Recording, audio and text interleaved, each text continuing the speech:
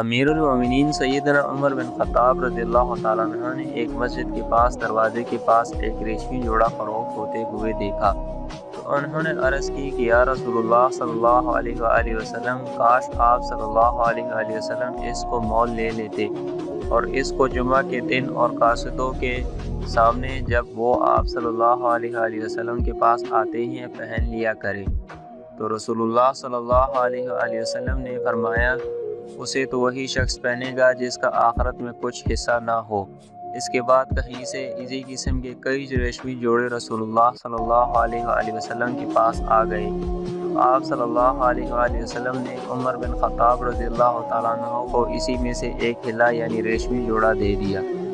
عمر رضی اللہ تعالیٰ عنہ نے عرض کی، یا رسول اللہ صلی اللہ علیہ وآلہ وسلم، آپ نے مجھے یہ دے دیا حالانکہ آپ حلہ عطارت کے بارے میں کچھ ارشاد فرما چکے ہیں۔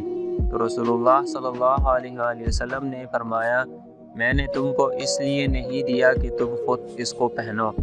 بس عمر رضی اللہ تعالیٰ عنہ نے وہ حلہ اپنے ایک مشرک بھائی کو جو مکہ میں تھا پہنا دیا۔